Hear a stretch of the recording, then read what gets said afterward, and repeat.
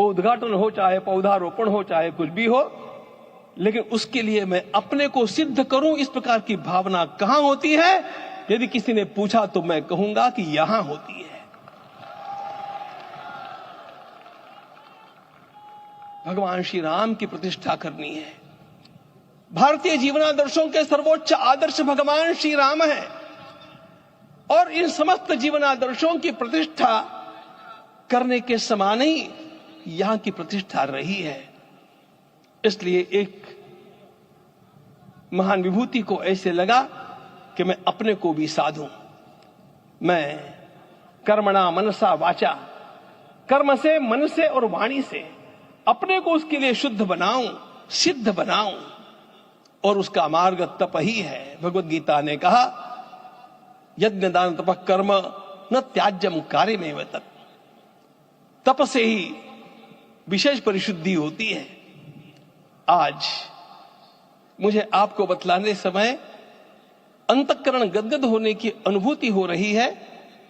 मैंने तो कहा था, हम लोगों ने महापुरुषों से परामर्श करके लिखा था, आपको केवल 3 दिन का उपवास करना है।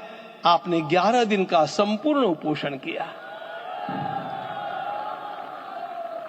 हमने 11 दिन एक भुक्त रहने के लिए कहा था, उन्होंने अन्न का ही त्याग कर दिया।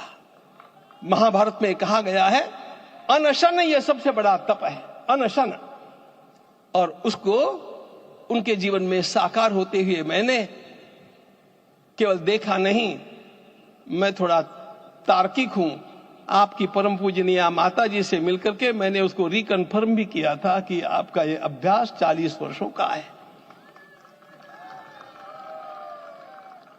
ऐसा तपस्वी कोई राष्ट्रीय नेता प्राप्त होना यह सामान्य बात नहीं है। वे इन दिनों में हमने कहा था कि आपको विदेश प्रवास नहीं करना चाहिए, क्योंकि सांसर्गिक दोष भी आते हैं।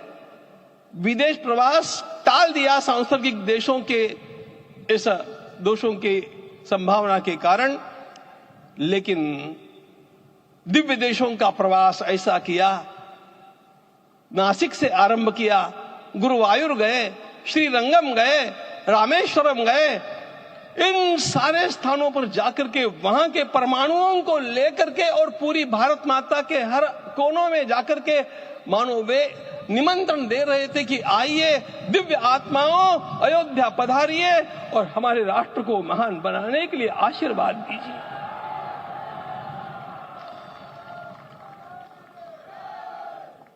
हमने केवल कहा था 3 दिनों तक आपको भूमि शयन करना चाहिए। 11 दिनों से आप भूमि शयन कर रहे हैं। इस कड़कड़ाती ठंड में इस प्रकार का शयन करना, मित्रों,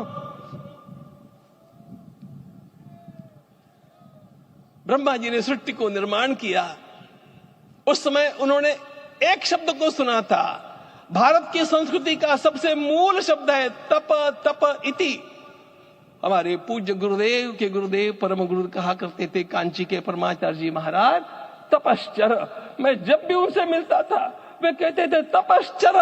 आज तप की कमी हो गई है और उस तप को हमने साकार आप में देखा।